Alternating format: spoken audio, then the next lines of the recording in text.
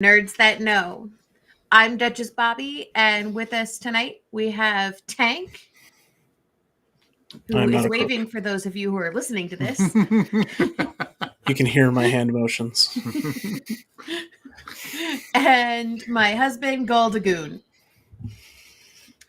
Hi, how's it going? Hi, my drunk brother is texting me from Nashville. I was just responding on a quick text message, but we just had a really good show with him. But we're glad to be back with Nerds. Yeah, so I hope you guys all had a chance to check out My Brother is an Idiot and listen to the Goons as they talk all things sports. And they're currently discussing that Patrick Mahomes is probably going to be sorry. The fuck, dude. He probably regrets something. Who knows? All right.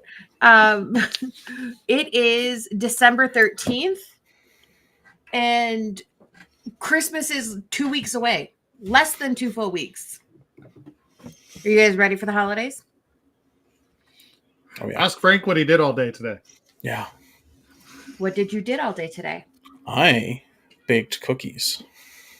6 different kinds of cookies for the teachers for my kids' school. Oh, did the girls help at all? Yes, they did. Well, good. That's why he's so tired. They love to bake. They do love to bake. Last time they were helping me in the kitchen, I was making salad, and I was going to do candied walnuts to put in the salad, right? And so there was sugar on the counter, and I told your youngest, okay, we need a half a cup of sugar, right? Because you caramelize the nuts and such. And so what she do? She scoops the sugar and dumps it in the lettuce. Fuck yeah, So sugar like, salad. Yeah. I forgot about that. I was like, okay. I remember that happening. I'm just gonna rinse all of the greens off again. So that salad was sweet in its own nature because it had candied nuts and pomegranates and apples and such, but it also still had some sugar in it. Nothing like granulated sugar on your lettuce. Yeah. Oh, speaking of the holidays and cookie decorating and such, did Julia try any of her Unicorn Village? Yes, they both had chunks of it over the course of the last week. Yes. I'm honestly surprised that made it back to Fort Knox, man. Well, I wanted them to give them a chance at least at having some of it. Fair enough. And So they we'll did post enjoy pictures of this sugar insanity that my niece V and I made for Tank's youngest's birthday. She just turned 5, and so we had a gingerbread village kit, and we decided to turn it into a unicorn village, complete with colored marshmallow clouds for the entire village to sit on. And a container and a half of frosting, so much candy, and sprinkles. We found a marshmallow yesterday. Yeah. In the couch cushions. I'm guessing you guys went outside of the kit just a little bit based on how much icing I found at the bottom of that pan. Well, okay, so the frosting that came with the kit was like rock solid, and I tried to make it work and it didn't, so we just bought canisters of frosting, and that frosting tastes better anyway. Well, they ate enough of it to where they both got a stomach ache afterwards, so there you go. Score! Win for the Mimi. Goals were achieved. Yep. Full disclosure, what she really wanted from us for her birthday was a cheese pizza with peanut butter, jam, Nutella, frosting, and cookies and candy. And instead of that cheese pizza with all of that fucking wackadoodle shit, we decided to make a Unicorn Village instead.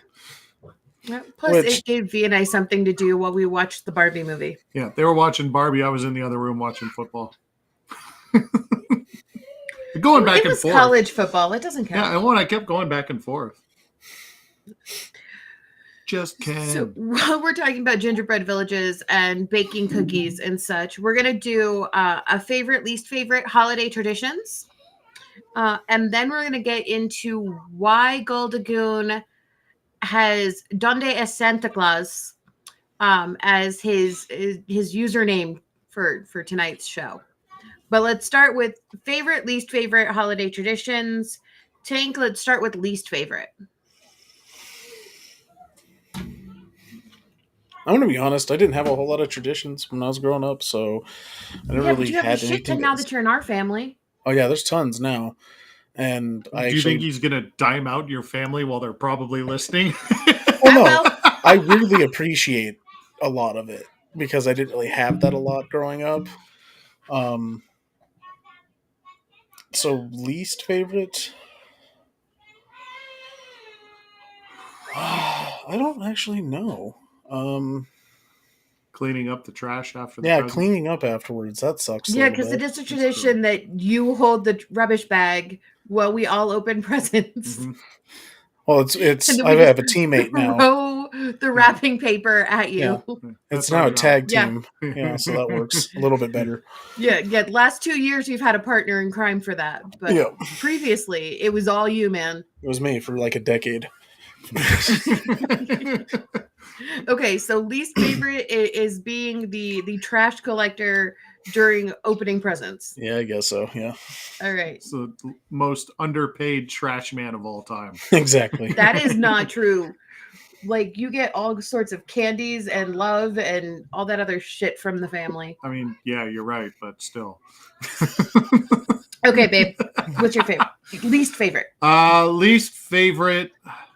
I would say that I also, honorable mention to the guy who has to play Santa Claus every year. It rotated in our family a lot, and I ended up getting stuck with it a lot. The person who has to kneel under the tree and physically hand out all of the presents, that's an awful job. But that's Dad's job, and he is super protective of it. And so he won't let anybody else touch the freaking presents. I hate being that person because I don't want to I don't want to give somebody too many presents. I don't want, because in our family with the family that the Duchess and Frank are in, and I am now, but it's everyone has a time to open said present, and you admire that, and then you move on, and everybody gets it. In my family, it was always everybody gets one present each at the same time, and we all open them at the same time, and then go, "Oh, that was cool. Ooh, this might look at my," and we do that. So being the person who leaves somebody out is an awful experience. But what I'm going to say is, as my dog is whining at me when I asked her to go potty earlier and she had no interest in it, what I'm going to say is, now I forgot what I was going to say. Oh, shit. I went on a tangent there, and then I forgot what I was going to say. Least favorite. Oh, the fact, and then I'm going a little outside of the box on this one. The fact that we cram 12 months worth of family time into a week period of time is awful to me. Can we just extend this out over the course of a year? It's like you have to see every single person that you know, and if you don't, it's just it. I get it. We all want to see each other, but we want to see each other more often, and more throughout the year. So to make a point of it only one time a year is just very awful to me. That's fair. So hey, girls. Hi, girls. Oh. Hi, girl. You guys are in here early this thing. Julia, hold on. Did you like your Unicorn Village? Oh, right. She can't hear me. Did you like your Unicorn Village? Yeah. Was it delicious? Back up stuff. Did you help Daddy make cookies today? Yeah. What kind of cookies did you make? A lot. I watched Daddy make cookies. Yeah? Yeah. Good job. Okay, you getting ready for bed? Yeah, it's bedtime, but it's actually 8, not 9. That's true. Okay. All right. Well, I love you. I love you. Bye. I love you. Can I just say one thing? Go ahead. That's not connected. Okay, what's she gonna say? I can't finish it. It's running. She can't finish her whole village. Okay. Daddy, I just Scarlett, how are you today? Good. Where is it? Yeah, did you help Daddy make cookies? Yeah, I counted out 24 candies that he put inside his cookies, and I also helped him unwrap them. Oh, well, that's good help. What kind of cookies did you make? We made bomb diggities. We also made caramel. We also made peppermint chocolate cookies, and I think Reese's peanut butter PBD, peanut butter dream cookies. Yum. That sounds delicious. Peanut butter dream cookies are Reese's peanut butter cups inside of a peanut butter cookie with chocolate chips and peanut butter chips. That sounds amazing. I want to eat 15 of those. We barely have enough for the teachers. Terry, what? That's not true. I made a shitload. Go. Yeah, the cookies are like this big. That sounds awesome. I love cookies. Well, we may have to have you come up here and help us Hey, make cookies. Excuse me, where is Santa Claus? ¿Dónde está Santa Claus? Where is Santa Claus? That's very good. Good job. I don't know where he is. Do you know? North Pole. Yeah. Yeah, he's still getting stuff ready. He That's has a couple more days until Christmas. He's probably still checking his list for a second time. Are you going to be on the naughty list or the nice list? I don't know. I think you're going to be on the nice list. Bad, but I haven't also been all good. So, I think you've been good enough. Have you been more good than bad? I don't know. Well, ask Daddy. What does he think? What do you think, Daddy? Well, we'll see. I don't. Last year, I almost got coal in my stocking. Chocolate coal candies. Those are delicious, by the way. Just saying. Okay. Well, good night, sweetie. We love you. Too expensive now. How do you know, Daddy? You're just getting dirt clods. Daddy, how do you know? Dog poop. Say, love you. Bye, Dad. Bye, Uncle. Bye, where's Santa Claus? And Duchess wants to hear. All right. Love you, sweetie. Love you. Love you. Yeah, that's my username right now on here. Is Duchess wants to hear. Oh, okay. I can't see that on this. So our computer is having some technical issues. So I am logged in on my phone with my Bluetooth speaker in. So that way I can hear what Tank is saying. But it also means that I hear myself with like a 3-second delay as an echo. Oh my God. Oh no. That's awful. I would punch myself in the face repeatedly if I had to listen to my own voice in succession that much. I am listening to you with your own echo too. That is how much I love Nerds That Know and what we're doing here. Okay, so my least favorite holiday tradition. Let's see. I think it's going to be hanging up the lights and decorating outside. Once it's done, love it. I love looking at the lights. There are places that we go every year to go look at like this house in that neighborhood and so on and so forth. But the actual hanging of the lights and the untangling of the lights, that I hate that. Let's just throw away all of the Christmas lights. You can get the forever lights now, apparently, though they're really expensive. And then you just have an app on your phone and you can set the lights to whatever you want.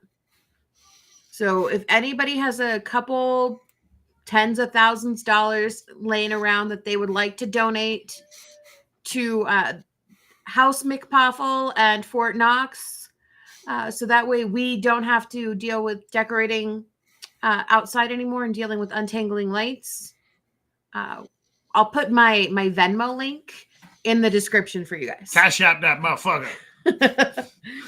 Okay. Favorite holiday traditions. Tank? Mine's probably decorating the tree with the girls. As annoying as it can get sometimes, that is my favorite part.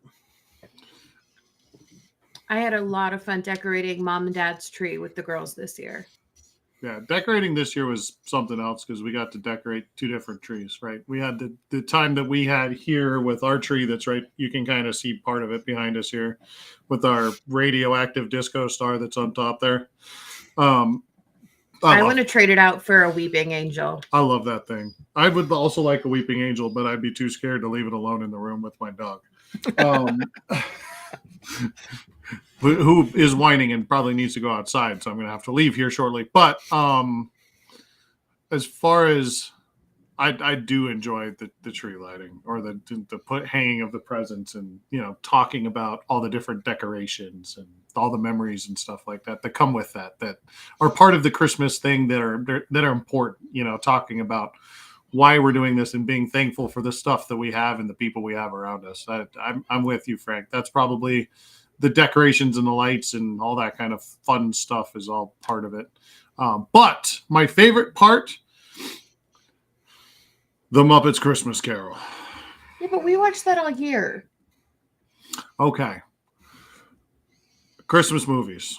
Okay. Actually, I'll say Christmas music. Christmas music is rapidly becoming my favorite. And not all of it. There's some like weird off-brand, like fucking, like bargain basement shit when they fucking... We'll get there. But, the really good stuff, we've been talking a lot. The two of us have been talking a lot about the Bing Crosby and David Bowie, Little Drummer Boy. That's such an amazing song. And Vanilla Fudge did a Silent Night. That's a 60s band. That's like a 60s funk, almost like a Dr. Teeth and Electric Mayhem band. And they did Silent Night, and it's awesome.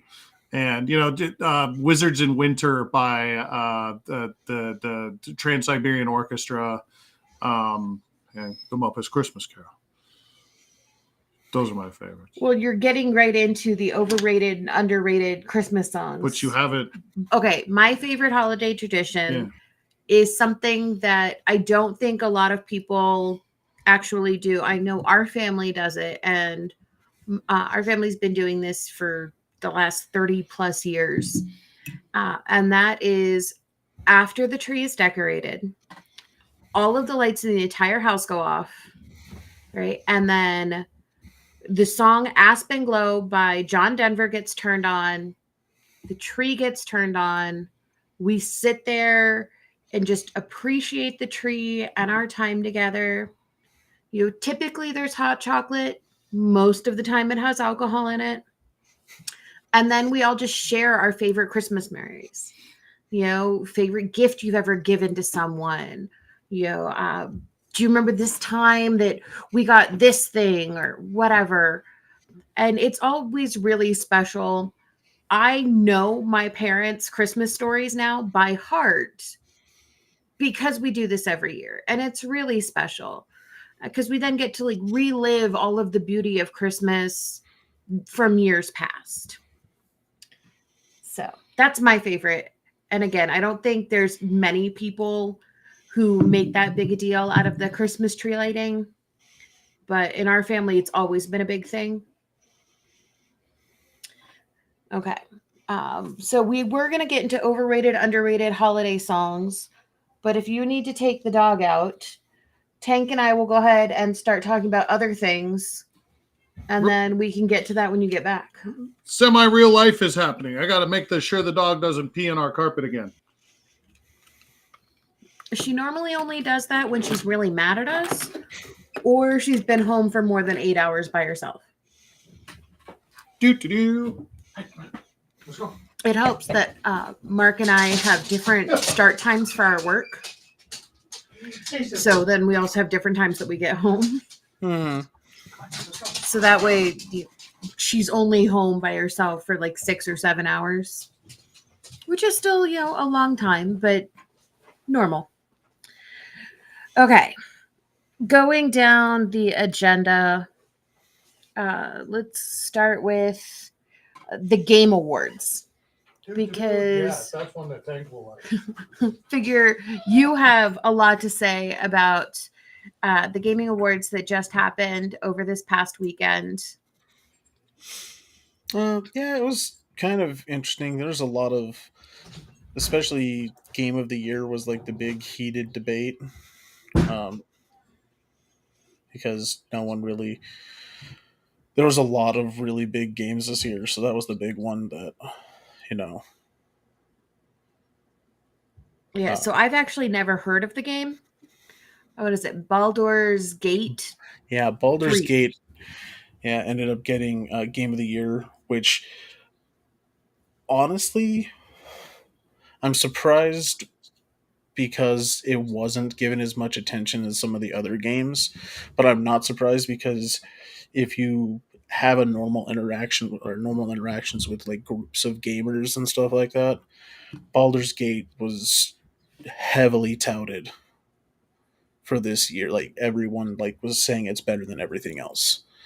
Well, and it won a couple of things. Yeah, It they also did. won for like best voice actor. So it's interesting. Some of the things that they had as categories I hadn't really thought about. We've talked before about Game of the Year and the different subcategories of types of game, but it was interesting seeing what some of the categories were. Most anticipated Game of the Year was Final Fantasy VII Rebirth. Yeah, that was a huge one for a lot of people because Final Fantasy's, usually towards the top of a lot of people's lists on their favorite games of all time. One of those usually Final Fantasy VII. So the fact that they were doing um, a very, very updated version of Final Fantasy for the current generation of consoles, it was in the news pretty consistently. Yeah, I remember seeing it, but I think it's great that it actually won the award for most anticipated. Mm-hmm. Also, shout out to Mama Sue. Legend of Zelda won an award. It's actually Legends of Zelda Tears of the Kingdom won Best Action and Adventure Nintendo Game, or whatever the exact category was. But the point is, Legends of Zelda got some recognition. Zelda has been Mama Sue's favorite video game series, I guess is the best way to put that, since like 1990, 1989, whenever the very first one came out for the Nintendo. And she's played all of them, including like on the Wii where you have like to throw the grappling hook. Oh, yeah. So yeah, Mama Sue loves her Zelda. Actually has made a shirt saying, this is the missing Link, with a picture of Link on it. So, very cool. Cool part about Zelda games is you've built this fun world with all these different characters you love, and they just keep adding new layers to it. The last game before this most recent was the first open world game, and that game was unbelievable. And they've just added more to it with the ability to put things together, almost like Minecraft. And I just thought that was really neat. So it's well-deserved. I was just excited with Zelda on the Super Nintendo, and I can't remember which one it was, when Link is able to like spin in a circle with his sword out if he has full lives. I was in like 8th grade, and my boyfriend would come over to play video games with my mom. And he would make Link do the hokey pokey with his sword because you can spin him all around. Put your sword in, put your batleth out, put your batleth in, and then you drink the blood of your enemies.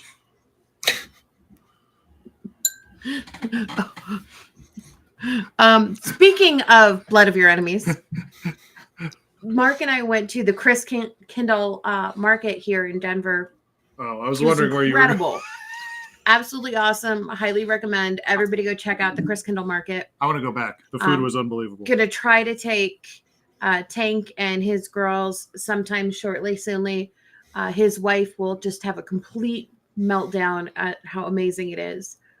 But I couldn't remember the word for the wine, the German spiced wine that's served hot. It's Glühwein. And it's delicious, and I love it. And they have a red version and a white version. I've never tried the white one, but I know the red one is amazing, and I will drink it until you can't feel my toes anymore. But I'm trying to remember the name of it. And my sweet husband's like, it's Kringle blood wine.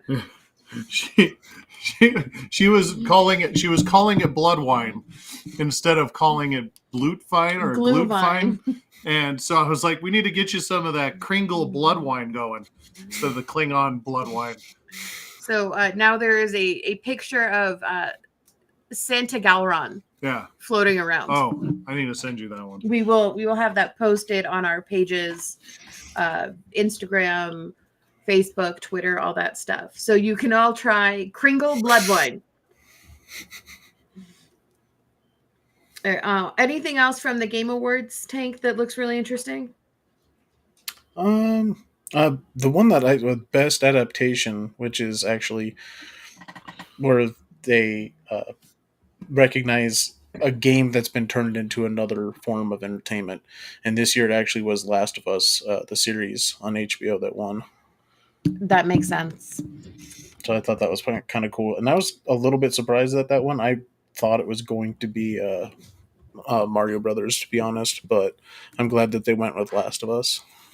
Yeah, that show is amazing. A couple of things that I absolutely deserved it. Jesus, that's a couple creepy, of things about some of the nominees and some of the games. Got the chance to play the Super Mario Wonder over the weekend. I know it's been out for a little while, but I just got to play it, and I had a lot of fun. It's kind of wild. Have you seen any of the stuff for this, Frank? Oh yeah. It's kind of wild because like now Mario can turn into an elephant. There's an elephant suit. You know, back in the day, you had the raccoon suit in the third one. I think that was the first time you had a suit, and a frog suit, I think, in the third one also. But now there's like an elephant suit, and there's wonder coins that make things like a fucking, fever nightmare. And the second level, my niece and I, dipshit, we were playing it together. She's like, watch this and hit this button. And next thing I know, all of the chomp or what are the plants that are the chomps? The chomps are the chomp chains. What are the plant ones? I can't remember right now. I don't know. They're all just Audrey 2s to me. They were all fucking. I mean, that's very fair. They're all Audrey 2s, and they were all singing.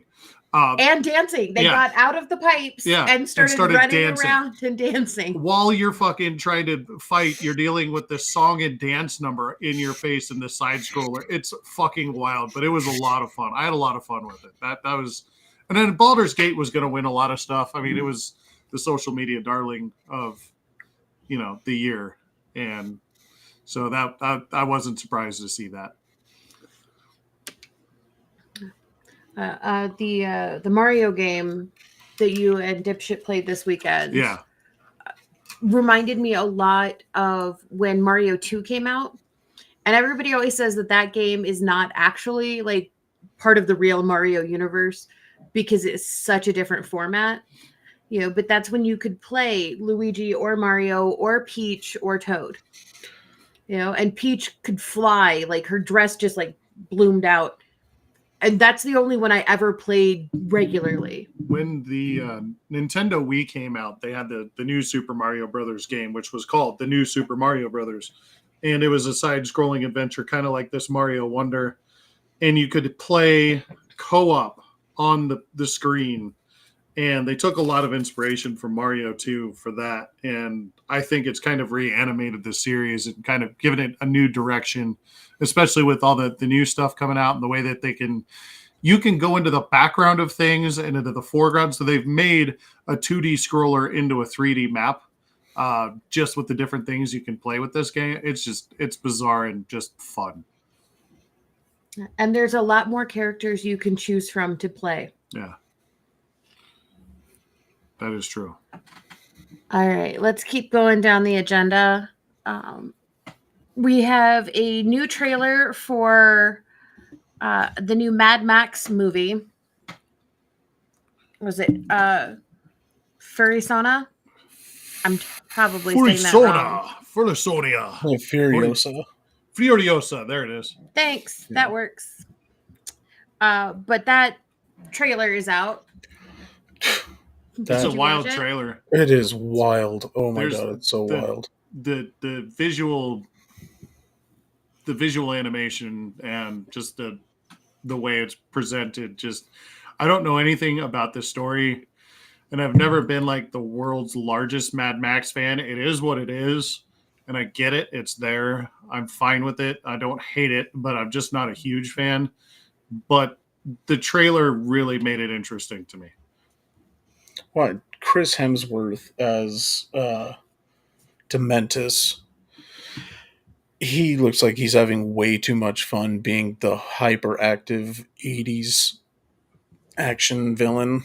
Yes. And that made it so much of the trailer was just seeing how out of control he plans on being apparently in this movie.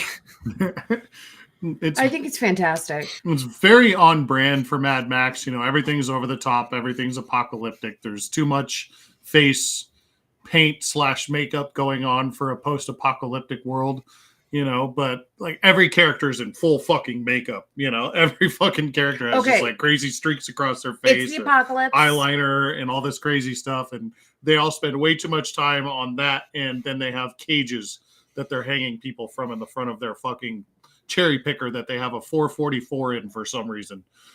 I'm just saying, during the apocalypse, you can go into any store you want to and get any brand of makeup that you like. I would do that, and I would always look on point. That they do it in all of the Mad Maxes. Even when Grace Jones was running that one thing in the one Mad Max. Back in the day. In the Thunderdome. The original Thunderdome. So this movie does look good, but what I'm more excited about, and this is just from a completely different perspective, is the cosplays that are going to come out of this one. Mad Max cosplays are already really popular and a lot of fun. And so this is just going to give you a whole nother realm of that. Like you said, though, Frank, there's going to be a lot of people that, and leading into both of your points, the Chris Hemsworth character, there's going to be a lot of people on the circuit looking like that come June. Oh, probably. Dude, we have our first con actually in January. And I will be sitting on a panel at Cosign, which is the con. I want to say it's the second weekend of January. I'll put the link and all of the dates and stuff in the description. But we'll be doing a panel on podcasting, which is really exciting. Not we, just her. They don't want me. They don't want me. They could want Tank. You don't know. Probably not. Tank is not like the #1 fan of public speaking. It's why we podcast. Everyone wants a piece of my wife, and it's lovely. Okay, let's go on. So another trailer, it's for a crime thriller, is The Wanted Man. And the reason this one really caught my attention is I am completely and totally in love with Kelsey Grammer. Right? So this is starring Kelsey Grammer and Dolph Lundgren. Oh, hold on a minute. It is not starring Kelsey Grammer and Dolph Lundgren. Dolph Lundgren let Kelsey Grammer be in this movie. This is a Dolph Lundgren. He has written it. He is directing it. He is producing it. But it was Kelsey Grammer. This is Dolph Lundgren's Rocky, just 40 years later. This is absolutely... Okay, I get it. Dolph Lundgren, who is a nobody now. No, I know who he is. Well, now he's a nobody, though. But Kelsey Grammer. Expendables wasn't that long. I love him. He has Tony Awards. He does Frasier for fucking 4 different shows. He's all the same character. He was X-Men's The Beast. He does such a good job as Beast. I love him. This movie looks contrived. Oh god. It looks fun. Like, if you enjoyed the Expendables, you'll probably like this. I'm not gonna watch it. I actually want to see watch this. it when it comes out on streaming. I'll watch it on streaming. I want to see this, but you're right. It does seem very contrived, and there's a reason for that. And that is because you have a guy that's actually a genius writing a detective movie where he's the star of the movie. Because Dolph Lundgren is legitimately a genius. So he made himself into the smartest detective ever, apparently. The only thing that's coming to my mind right now when you said that is that episode of Next Gen where Data is playing Sherlock Holmes and he tells the computer to give him a game that he is challenged by, and then Moriarty becomes a real person. Oh, Moriarty becomes sentient. You know what? They have to lock him in there. That's probably an apt comparison to what this is going to be, actually. So that is what I'm thinking with that description. Moriarty. This is Dolph Lundgren is Data, and we're going to have a sentient Moriarty. Honestly, that's a very poignant topic that you bring up, because that's all about AI becoming sentient and taking over. Like, that character arc is so wild in that show, because he actually does take over the Enterprise several times throughout the course of their 7-year journey. And it's because it's an AI who becomes sentient. And like, the computer doesn't do that, it's Moriarty, and it's an AI that Data creates. So an AI character creates an AI character, and it becomes too smart for all the other characters to deal with. It's great. And it's the destruction that we're ultimately heading for in 2024. Fair enough. This is going to be such a we're sticking with the trailers for tonight, because there's just a shit ton of them that come out. And this is Kung Fu Panda 4. So Jack Black is coming back as Po. And we're going to get another round of Kung Fu Panda. I'm ready for it. It looks good. I didn't see 2 or 3. Oh, they're good movies. But this looks legitimately good. Like, they actually took their time writing a good story. And that's why it's been a while since we've had one of these. And you're right. You're probably right. Those 2, I'm not saying 2 or 3 are trash. I don't know. I just didn't see them. But this story looks very good. Of course, it's got Awkwafina in it, because she's in fucking everything now. But I think it looks awesome. I enjoyed the trailer, and I was like, this story actually looks like it could actually hold water. It looks good. And they're bringing back Dustin Hoffman for Shifu, and they're bringing back Ian McShane as Tai Lung, and Bryan Cranston as Lee. So it's a star-studded cast again. Yeah, it's fucking funny, honestly. It looks really good. One of the things that I really appreciate about Kung Fu Panda is, yes, this does look like it's going to be a good movie. 1, 2, and 3 were good movies, but they're not sequels for the sake of being a sequel. You know, we were talking about this at family dinner on Sunday, that there are some, like, did you know there are 4 Cinderella movies? Home Alone. Shrek. Land Before Time. The Little Mermaid 2. There's like 18 Land Before Times. Yeah, there are so many. Right? It's just times. One of them's a musical. So randomly. many sequels that are just made because, hey, kids will watch this or want the shit from it because it has this word in front of it. Star Trek 5. My point. But these movies are actually well done. Jack Black is really talented.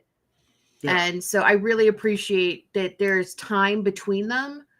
You know, not as much as like between Beetlejuice and Beetlejuice 2. Yeah, which 4 is decades. Supposed to be out next year. 40 years. Because that was a bit much of a stretch. But, you know, I appreciate the Kung Fu Panda movies. I like that they have characters that are so different from each other, you know, but they're all like working together. And, it really focuses on like the different body types and what they can do, and with still being an animal thing. DreamWorks is really good about that with their movies. You know, we talk about Shrek. They did that. And they also do a much better job than Disney of making the movies interesting for the parents. That's because they put in as many little like adult jokes and Easter eggs. Exactly. That like when you watch the movies now that we liked, 10 or 15 years ago, you're like, holy shit, how did I not know that? Yeah. You know, I know Tank likes and I like them too, the Trolls movies, that's a great one where those movies are, they're so little kiddie, but at the same time, you can watch them as a fucking 40-year-old. And we just got a troll. We have. We got a stuffed Poppy. No, that's Steph. We went to Build-A-Bear. Steph might legitimately have liked Trolls 3 more than anybody. She loved Trolls 3 was made for women my her age. Oh no, she absolutely loved that movie. According to both of your girls, she cried. She did. There you go. Look at this fucking hair, dude. Yeah, it's wild. It's awesome. So Build-A-Bear right now is doing a fabulous deal where when you buy one Build-A-Bear, Poppy, and there were like 4 other options that were only $12. Oh, nice. So we got a couple of fabulous Build-A-Bear stuffies over the weekend when we took Peanut for his Mimi Day. Yeah. One of them we can't show on TV right now. Oh, Jesus. No. It's because it's a gift for someone. Right. Oh, yep. Okay. It's not an adult one. Yeah. I take a lot of the nibblings to Build-A-Bear. So shout out to Build-A-Bear. We have, I don't know, a couple dozen of them in our house, which is less than what Dipshit has. I was going to say, between us and Michaela, there's probably 36 of them in the 2 houses, or 40. And so love Build-A-Bear. They have fabulous deals happening online, to include a Doctor Who bear that actually has 2 hearts. Yeah. And then you can choose which doctor you want him to be. So all of the different outfits and stuff. Do they have all of them? So like, I guess it'd be technically 14 different ones at this point. I think they only have like 10. I don't remember which ones they actually have. But we'll put the link in here. Build-A-Bear, we love you. Send us all the free stuff. We like stuff.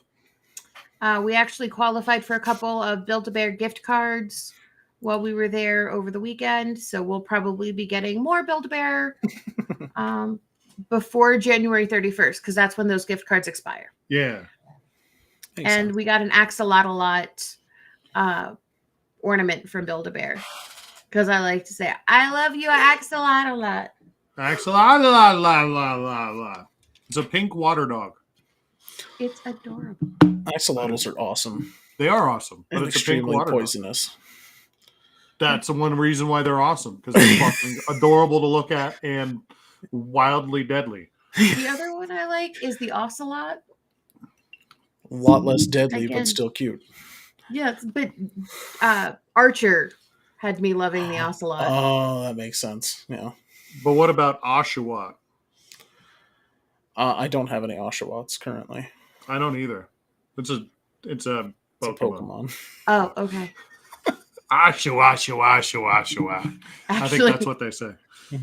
I saw a post earlier today, and I've shared it on our Nerds Facebook page. Is what do you get when you insult your friend who has multiple romantic partners? And then it's the picture of Polyrath. That's good. All of the comments were things like, how far will you go to make a Pokemon pun? Oshawott. He's cute. He's adorable. Yeah. He does I not would turn not have adorable. called him that.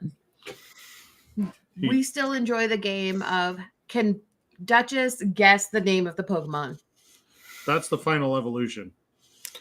No. Samurott, While actually a really good Pokemon in battle is not exactly cute and adorable. No, it's a samurai. It's a seal. That's a samurai. Sorry. Mm-hmm. Which evolved from an otter for some reason, because we all know that otters turn into seals.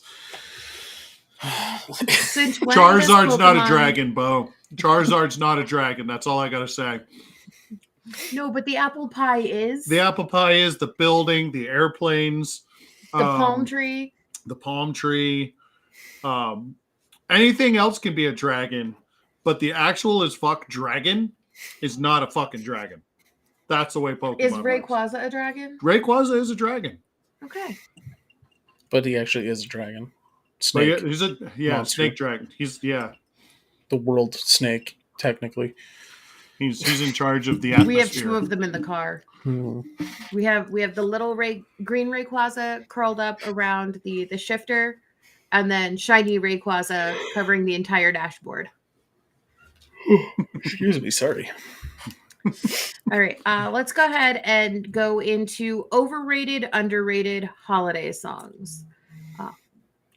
Was it this weekend or was it Monday night? Mark did not believe that one of the songs I was singing was actually a Christmas song. Oh, Jesus. And that is what triggered this whole discussion. I'm still struggling with that one being a real one. All right, so Tank, what is your most overrated holiday song? You want to know what song it is? Look directly below my face. Oh, is that the song that you guys are... That's not the overrated song. No, that's the one that I still don't believe is a real... I can't understand why it's a real song. Okay, we're asking Tank for his Pedro? Overrated. Okay, sorry. For my overrated?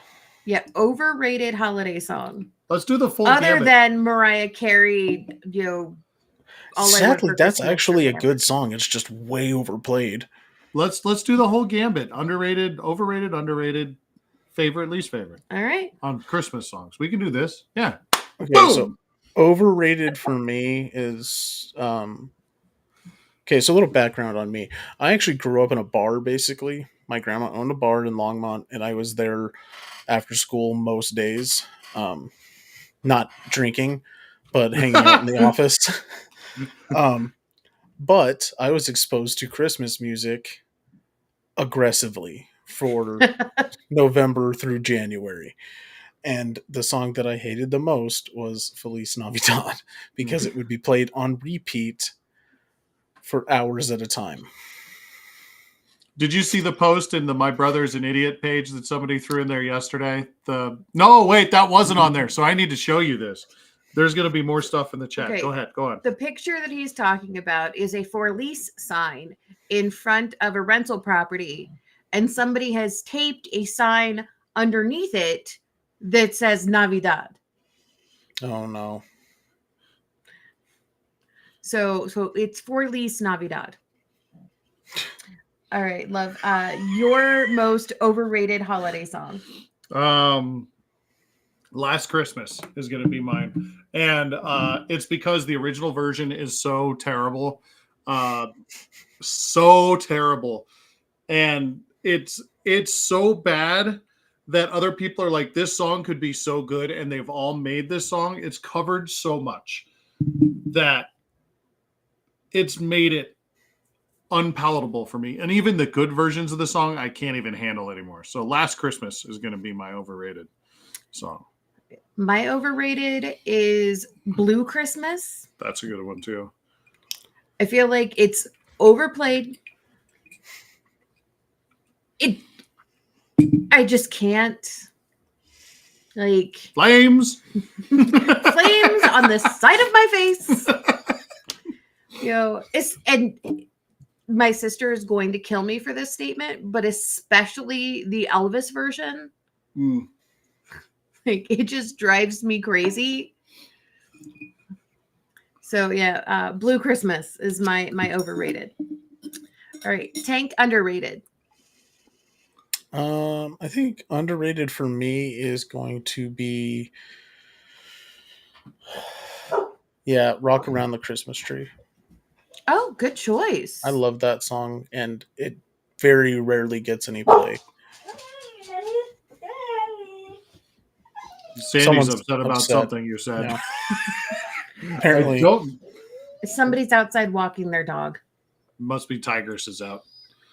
Or Stella. I don't know. Something's going on outside, and we are not akin to it, but the dog is.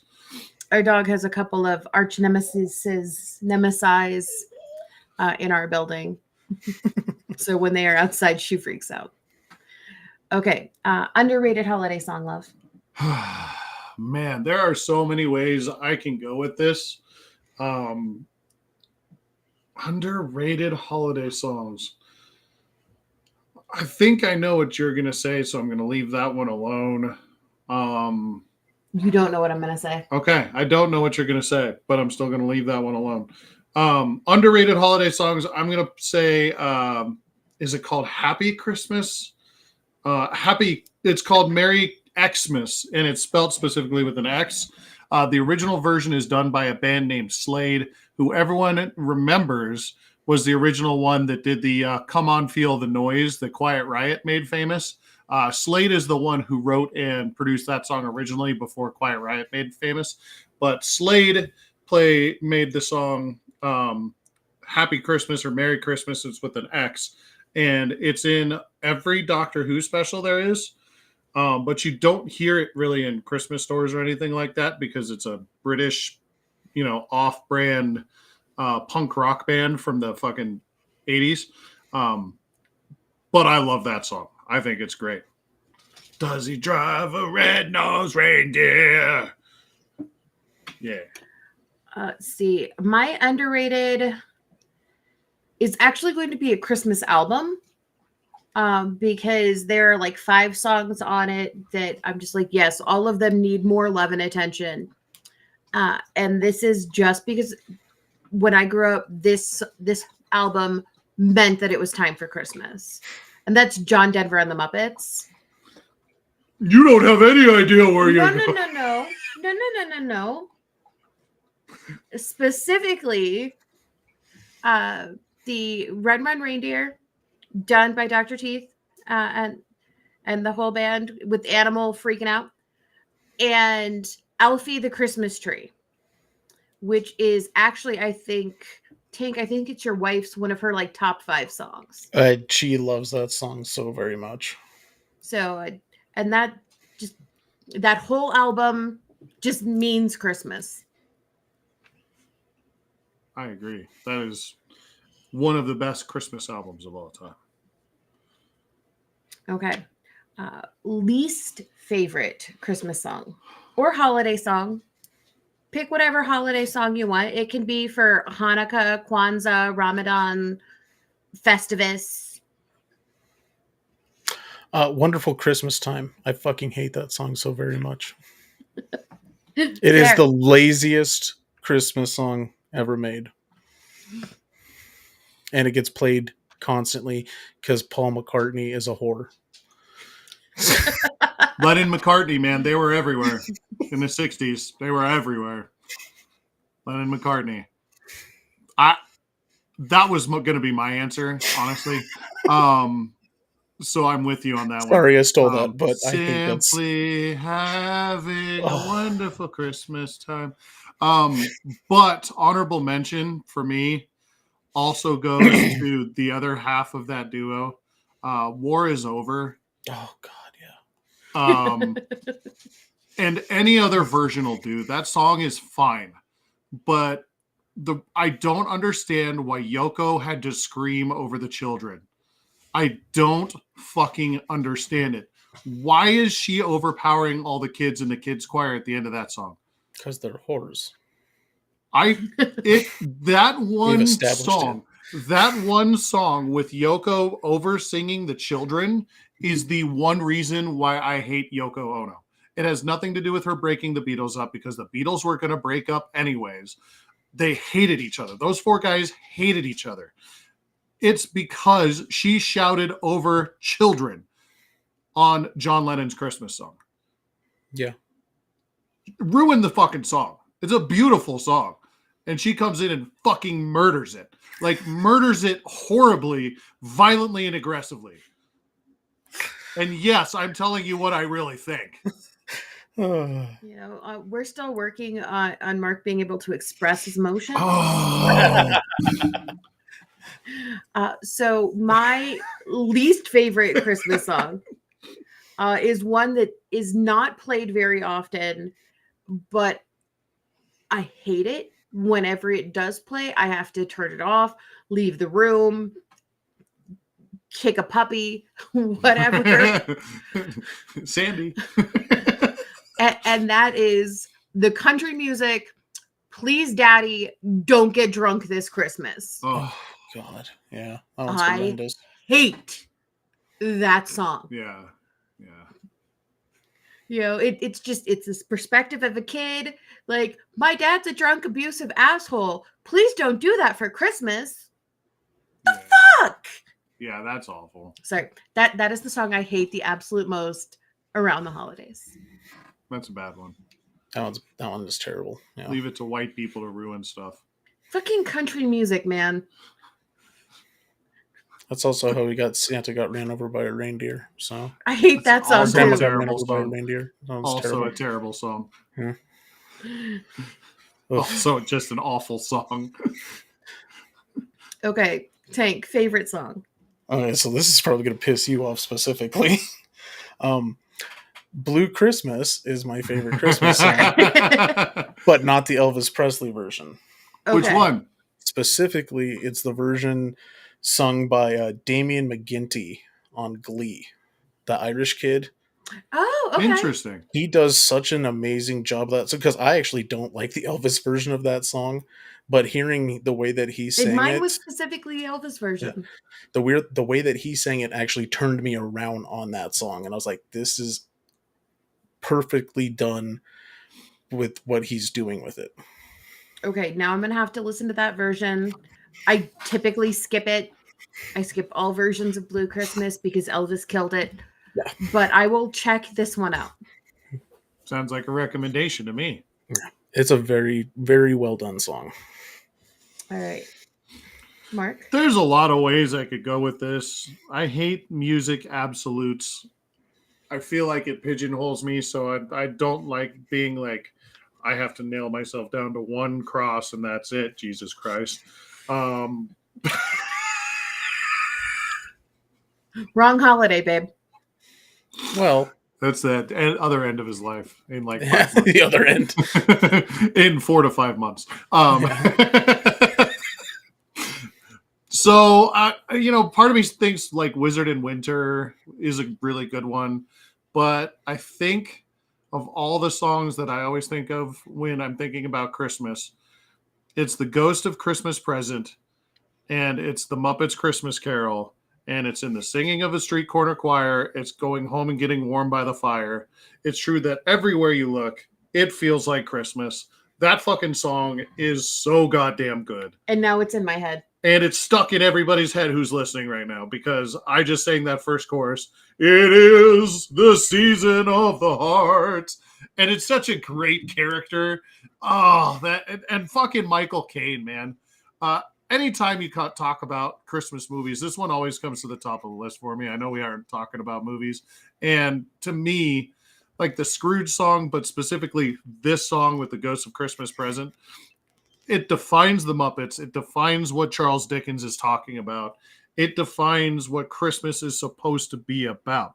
It's supposed to be about being nice to people. It's supposed to be about recognizing the joy in little things around you. And it nails everything to a T, and it's just fun. If Steph didn't already love you, that would probably do it, because that's one of her favorites. She loves that song. That is a movie I know that she watches at least once a month, all year round. That constantly. She and I are in agreement on that one, and I think to me that movie is one of the best movies ever made. Like, to me, that's top 5 all-time movies. Just Muppets being Muppets. Gonzo is Charles Dickens, and those two bannering, and the Marleys are great. Their song is awesome. And Michael Caine, Oscar award-winning, straight-laced acting. when you have puppets in your face and Frank Oz talking to you the entire time is unbelievable, man. It's so good. See, that one and Muppet Treasure Island. Oh. Because in that, Tim Curry is one of my favorite Muppets. Yes. It goes back to me to the way Steve Martin played the angry actor in the original Muppet movie. I don't know if you know the scene I'm talking about, Frank, where he's the waiter, and they do the whole cork thing, but he clearly hates his job, right? And the ability of these guys to just see these puppets as regular actors or regular things and just go about their business and just nail Ebenezer Scrooge better than anybody else has ever done. Anybody else on television or film has ever done. I mean, and I love the way Bill Murray plays it in Scrooged, and that movie is so pigeonholed because it's such an 80s thing. But Ebenezer Scrooge, timepiece, Michael Caine is it. Like there's nobody better at it than Michael Caine. Yeah. Yeah. That's all I got to say about that. No, it's not. I have heard you go on a much longer rant about that. I'm choosing to stop. Okay, and we all appreciate that. We have other things to talk about. So my favorite holiday song changes constantly. There are so many that I really love. The Straight No Chaser, 12 Days of Christmas, because it's not just the 12 Days of Christmas. It's my favorite version of that song, because 12 Days of Christmas gets really irritating after a while. Yeah. Basically, by like the second time you do the 5 gold rings. So it's that 6 geese a-laying. 5 gold rings. Thank you, Eddie Izzard. But the Straight No Chaser version of that, and that's really the song that put them on the map. Like when that came out and was being played on the radio a few years ago. Like just right now, it's going to be Little Drummer Boy with David Bowie being Crosby. Fuck me. Fuck yeah. Crosby. Yeah. You know what? What's the crossover though? Frank Crosby. I knew what I was saying. Is that like Chuck Berry and Bing Crosby? Yes, if they had a baby. So if you could actually find the video, just saving that Bing Crosby. Fuck yeah! I'm gonna play a little ditty that where it has Bing and David Bowie doing a little banter back and forth before they start singing. It's really lovely. And I was gonna say other things, but it's gone. No, I feel like that's where we should end it now. That is a fantastic song.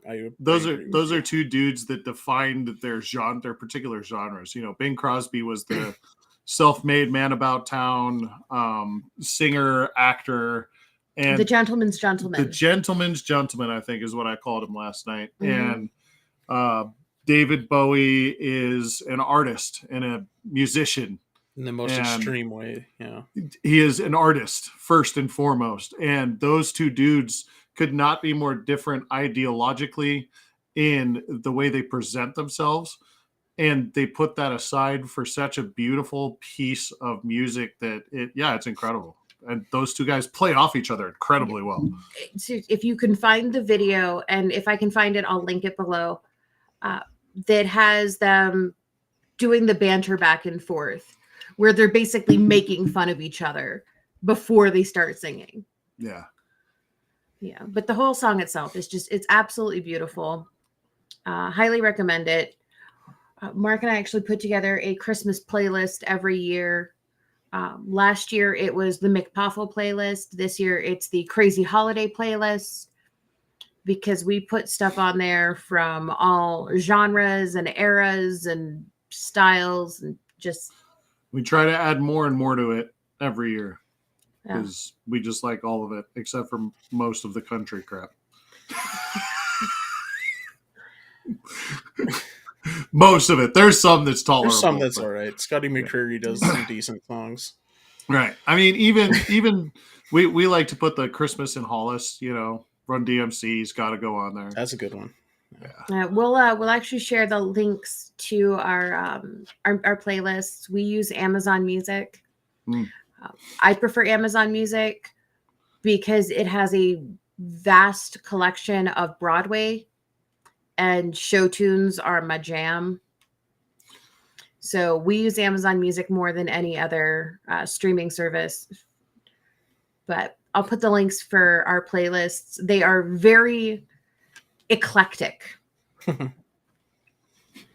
Plus, we're just playlist people. I like playlists. Yeah, we both are.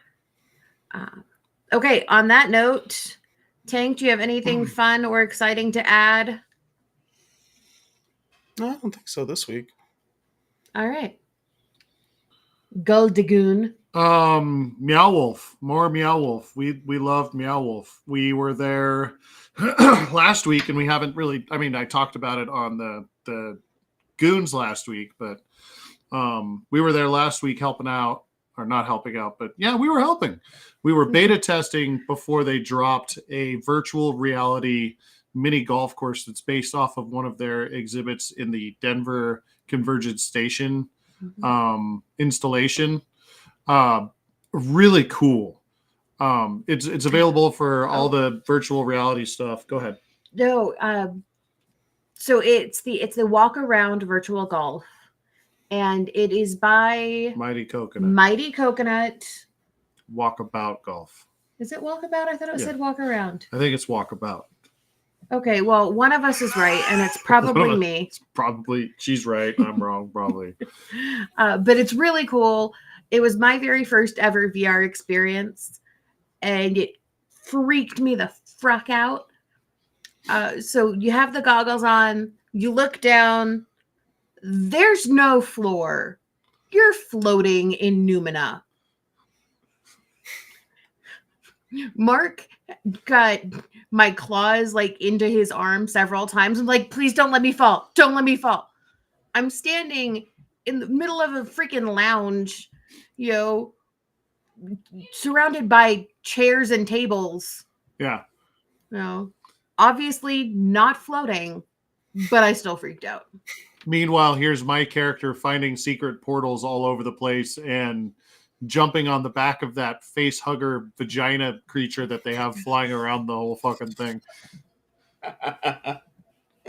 Does that not what that looks like? I don't know what the name of that creature is. A face hugging vagina. Well, we'll have to ask Michael because I'm pretty sure that's not the right name for it. It's not the Numenina, and it's not the Barrett, and it's not Fig, who are their three most popular ones. It's this like spidery creature, face hugger looking thing, but it's flying around. It's cool. You jump on it and just woo. Yeah, but the whole experience was really cool. Plus, we got to go and check out the brand new lounge at Denver Convergence Station. Sips with a Z. And it's actually called Sips, SIPS, parentheses, with a Z. That's the name of it. Sips with a Z. It's on the second floor.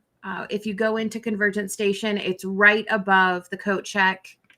And it's really cool. Because it's on the second floor, you're not going to have windows or whatever, but there is a what's the street? Oh, C Street. Manhole. Oh. Thank you. The street hole. The street hole. There is a manhole cover in the ceiling. And I'm the one who keeps fucking words up.